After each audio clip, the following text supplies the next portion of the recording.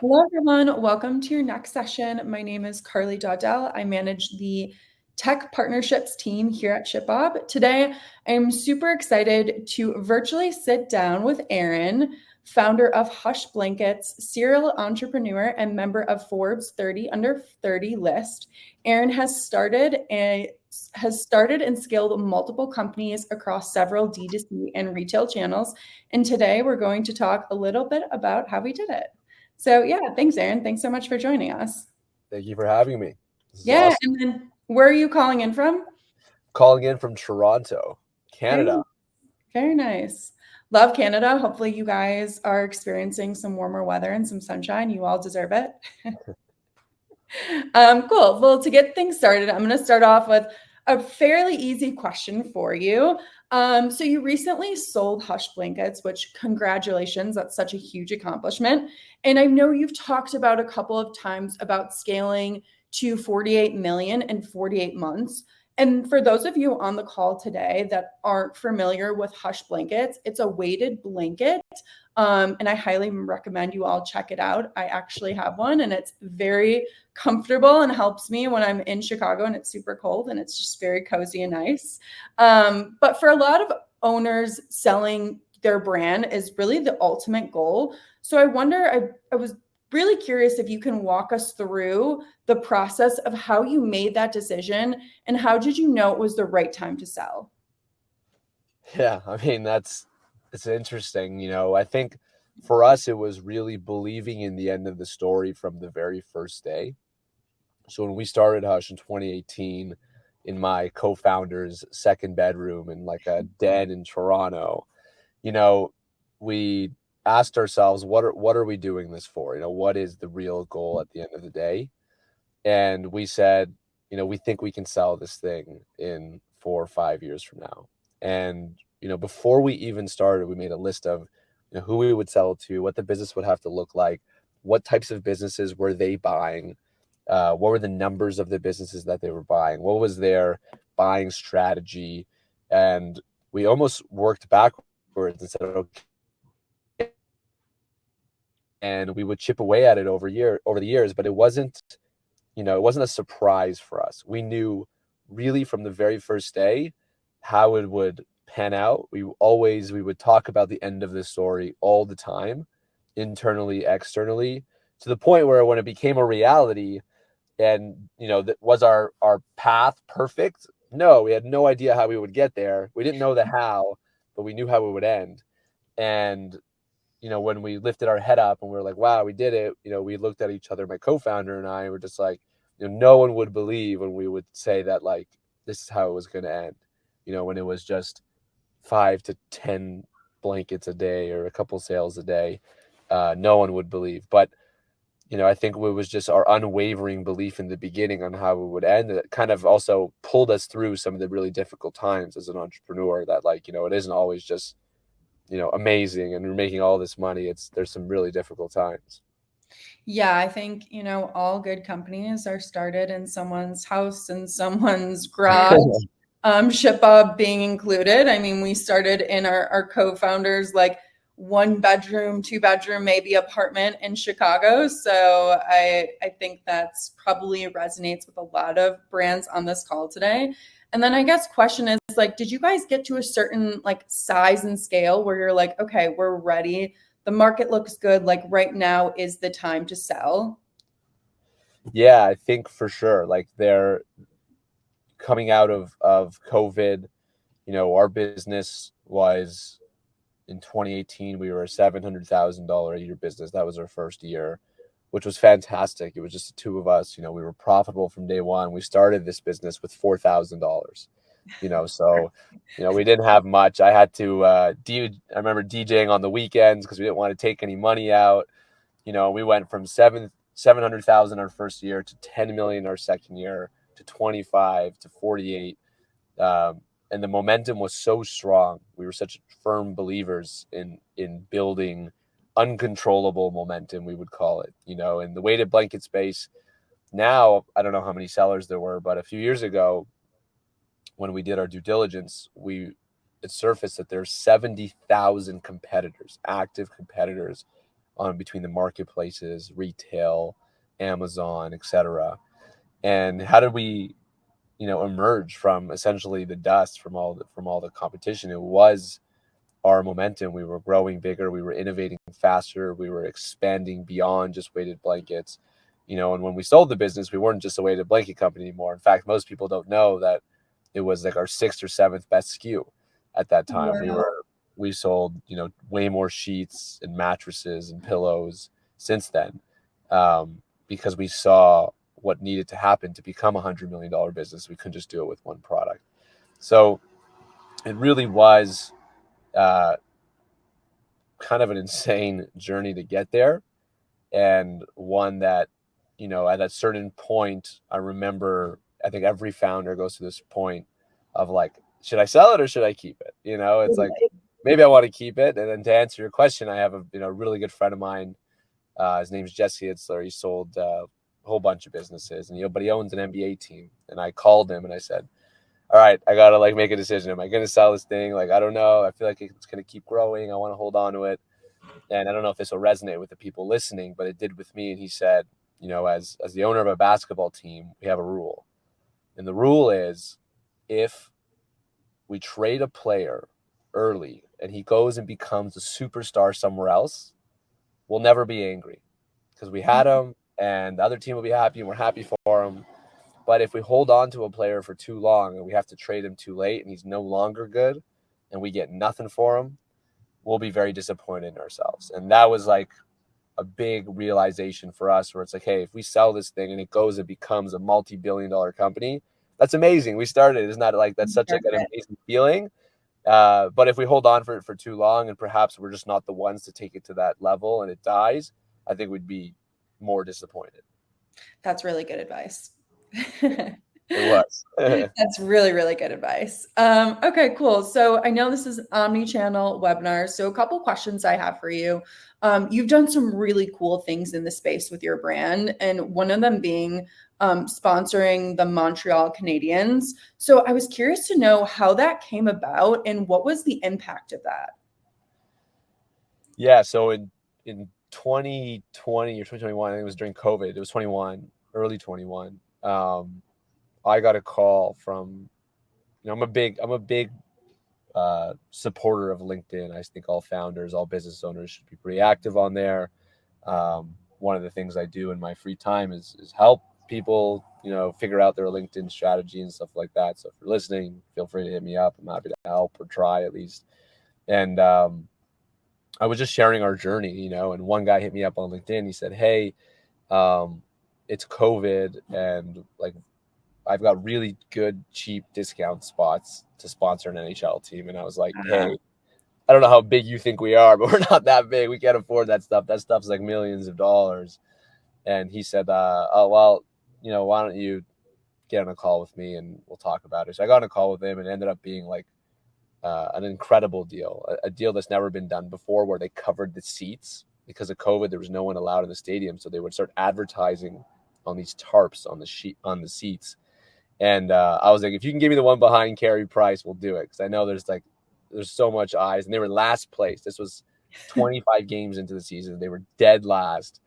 And we got like just an incredible deal with amazing payment terms. And I was like, you know what? Like, let's do it. The business was growing. This is insane.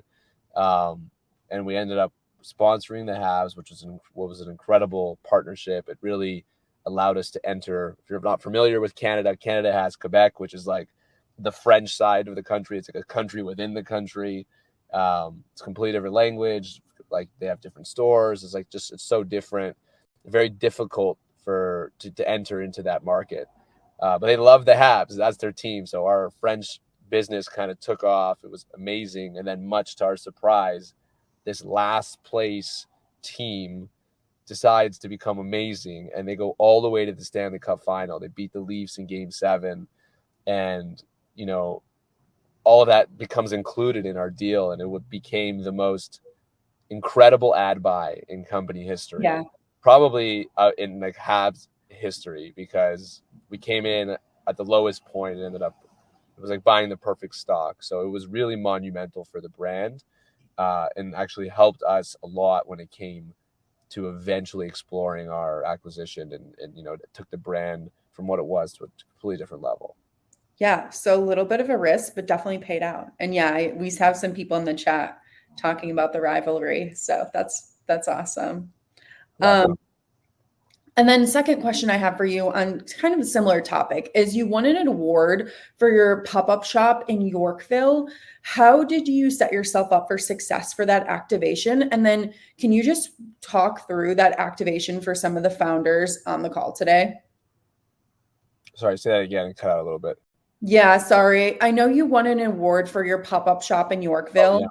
yeah. Can you talk us through that activation and how you made it so successful?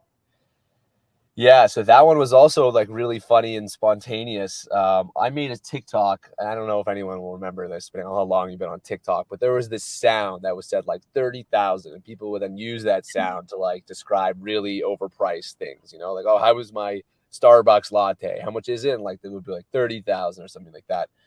And I made one that I didn't think anyone would watch, where I was like, I got the Yorkdale.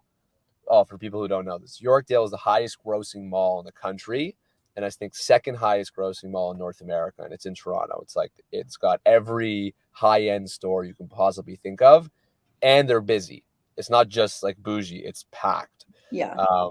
You have to have a minimum of 10 locations and be in business for over 10 years to even get to the application process to get into this mall. It's virtually impossible. And they don't do pop-ups. So I made a joke because I reached out to them. I said, you know, I found this spot. Like, how much is it? And then I did that sound where I was like, oh, I got the Yorkdale lease, and it was like 30,000 a month, even though it was more. And it kind of went like semi-viral. It definitely went viral in the city. And they saw it, and they hit us up and said, take this down. This is terrible. Like, we're never giving you a spot. And I was like, oh my God, like, how could I have done that? Like, I'm never going to be in Yorkdale anymore. And you know, I then said, well, how do I spin this? And I went to them and said, hey, you know, imagine like you're affected by the reach and the attention. Imagine that we were able to spin this into like me getting a spot and creating more content around it and driving people to the store. And then they just said no. And then in October, they sent me an email saying, hey, we have a person leaving and a person coming, and there's a 2-month gap, and it's November, December. There's no one in this spot. If you can find a way to like make it happen for 60 days, we'll give you this spot between the two pieces. And it was perfect for us because November, December is like our busiest time of the year. Yeah. And we executed a full Yorkdale build, which is like, you can't just bring some racks. It needs to be to spec in 30 days. It was much to our surprise. So we opened November 2nd. Aloe decided to come to Canada that day. And not only did they come to that day, they decided to open in the mall that day. So we had to open against Aloe, and all of our influencers were like, sorry, we're going to Aloe, like they're doing their event. And Aloe saw that day 1,100 people, which was a mall record for opening. We saw 1,700 people. So ours was parabolic. It went absolutely viral. And we ended up winning the RCC award, which is the Retail Council of Canada, which is an award once a year they give to the best retail build in the entire country. And our pop-up won it. They've never even nominated a pop-up. So it was fantastic. The vibes were insane. We had like a sleep room, and it was really, really special for the brand. But yeah, it kind of like the Habs deal. It kind of came out of nowhere from just like putting ourselves out there, and things kind of worked out. Yeah, that's crazy. I mean, not to mention like social media has such a reach. Like to be like just to post like a funny TikTok that probably took you like, I don't know, 10, 15 minutes to pull together to lead to that. That's awesome. And Yeah. also just another insane story. This is like my favorite thing about talking to founders is they all have such cool, innovative ways of how they got to where they are. And I think everyone on this call can definitely learn from that. So kind of to wrap things up, I know you're obviously super busy. You've started companies, sold companies, invested in them. If you can walk us through how you manage your time to make sure you're getting it all done and keeping your sanity, I think probably everyone on this call, me included, is probably wondering that at this point, just because you do so much. So if you could just walk us through some tips and tricks you have for that, like how you prioritize things. I think that would be really helpful for pretty much everyone on this call today. Yeah, so I talk about this a lot in my newsletters. It's a free one too, so everyone wants to check it out. It's like somewhere on my LinkedIn thing, but I'll drop your yeah. LinkedIn. Okay, it's somewhere on there. It's free. It's I try to do it every week. Sometimes, maybe my time blocking isn't that great, but I think the most difficult thing for everybody, whether you're an entrepreneur or you have a really intensive job, whatever it is always reprioritizing what you're doing. And there's so many distractions, and there's some distractions that are important, like our families and our relationships, people in our life and our health.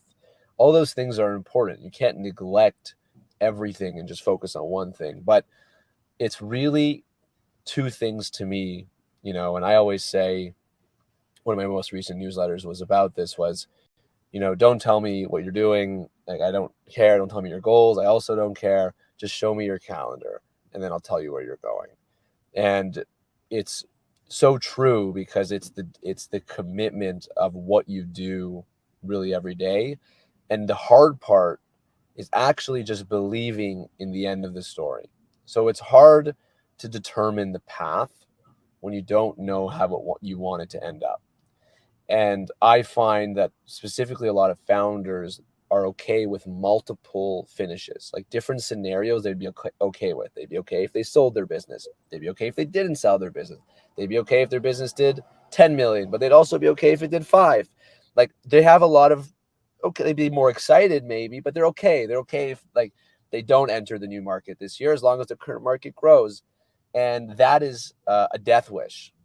And the reason why I say it's a death wish is because, imagine you were seeking investment or whatever, or asking someone else to bet on you, and you gave them like 15, 20 different situations on how it could shake up, and you'd be okay with all of them. When people invest, they only want one ending, and they want to know if they believe in it, and if they do, they invest in it. So it's really important to believe in the end of the story, whatever that means. And if that can be a promotion, that can be a sale, that could be entering into a new country, that can be licensing out the product, whatever the end of the story, you must not only believe in it, but then you organize your days to lean into that story. So for us, it's like, we want it to be a $50 million business. Okay, how long are we giving ourselves? Okay, 3 years. Awesome. Where are we at now? We were at 700K. Awesome. So that means a 10x the business. What do we need to do to 10x the business? Well, we need to launch a Kickstarter. We need to go on TV. We need to launch 4 or 5 more new products. Awesome. Let's put that on the calendar. Who do we need to help us in order to do it? Who can we afford to pay in order? And then, like, you start working backwards. Then what do our daily sales need to be? What do we need to do in order to hit those daily sales? And then you get, we just need more content. Like, you get so granular, you work backwards. And then every day, all we're doing is just chipping away. And I'm just following the plan, right? Like, a big thing is plan tomorrow, today. Today, I'm just executing. I'm not even thinking today. I have a whole plan for the day because I planned it either last night or the week before, and I'm just following the plan. I think the most dangerous person in the world is someone who wakes up and goes, what am I doing today? And that is, you leave it up to chance. What if you're not feeling it, you're so good? What if you're like, like someone pissed me off yesterday? Like, you leave it up to chance. And odds are, if you're competing, which we all are, we're all competing with different competitors, different staff for promotion, whatever it is, odds are the person you're competing, if they woke up with a plan, is going to beat you. And that is tough to compete with. And it's so much easier for me just to wake up, and I know what I'm doing all month. I know what I'm doing every single day, every single time. I leave space for, like, spontaneity, of course, but there's no questions. If I were to show you guys my calendar, you would know what I'm about and what I'm trying to achieve. I love that. And I definitely can implement that into my schedule. Yeah, seriously. Awesome. Well, I did drop Aaron's LinkedIn in the chat. I highly recommend following him. He's always dropping really good knowledge on his LinkedIn. And feel free to also follow him on all social channels. And then, Aaron, I guess last thing to leave us with, and kind of spontaneous question, but any good brands you're following that you think are kind of crushing the space right now? Ooh, that's a good one. I mean, so we we have this founder community. There's like 250 founders in it. It's I'll drop it in there. Just join tfc.com. But so I get to like get a real deep look into these brands, and there's like cohort, and we mastermind and we meet. It's fun. It's awesome. And there's a few in there that I really, really like, that are like kind of sneaky. One is a company called Culture, and they do the most incredible like cold plunges ever. I just got one. They're amazing. And they've really just they're just exploding because of their just like innovative design and chiller. And I just think that space is also growing. Yeah. Another one is a company called Henson Shaving. And this is a fantastic. These are kind of all low key, but like I know these ones are profitable and I know they're scaling. Sometimes we see things that we don't know. Their marketing is fantastic, but their product is unbelievable. It's a family-owned business. They make the steel themselves. They make this blade. It's it's completely all manufactured in-house, and it doesn't. There's no ingrown hairs because of how close they were able to get it to cut to the skin. It's the most fantastic product. And I think more people will start talking about them soon. They've been at it for a while, but they've started to just hit that like crazy scale. That's awesome. Well, Aaron, thank you so much. You dropped your LinkedIn. Feel free to connect with Aaron. And yeah, thank you so much for joining us. Absolutely. Thank you. Awesome, everyone. Please feel free to head to the next session. And again, thank you, Aaron. Bye.